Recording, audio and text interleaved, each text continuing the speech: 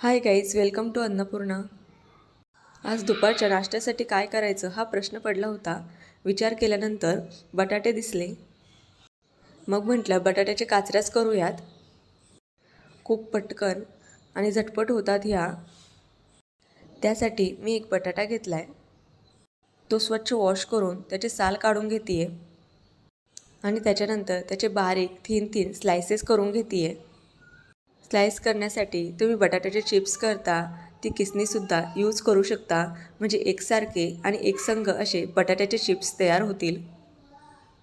त्या बटाट्याच्या काचऱ्या मी पाण्यामध्ये ॲड करून ठेवते, म्हणजे बटाटे लालसर होत नाहीत आणि त्याचे एक्स्ट्राचं स्टार्चसुद्धा निघून जाईल.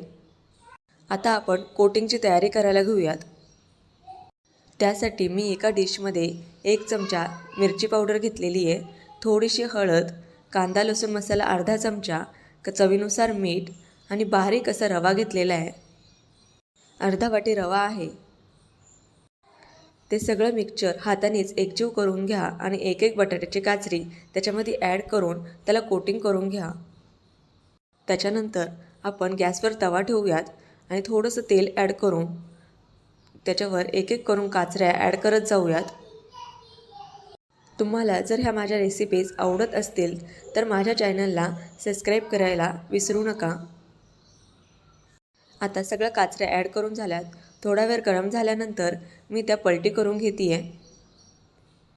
काचऱ्या करपणार नाही याची काळजी घ्या. गॅस मंद आचेवरच ठेवा. आता माझ्या काचऱ्या शिजवून व्यवस्थित अशा फ्राय करून तयार झालेल्या आहेत. मी त्या एका ताटामध्ये काढून घेते आहे. मस्त अशा कुरकुरीत खमंग काचऱ्या आपल्या नाश्त्यासाठी तयार आहेत. नक्की ट्राय करा.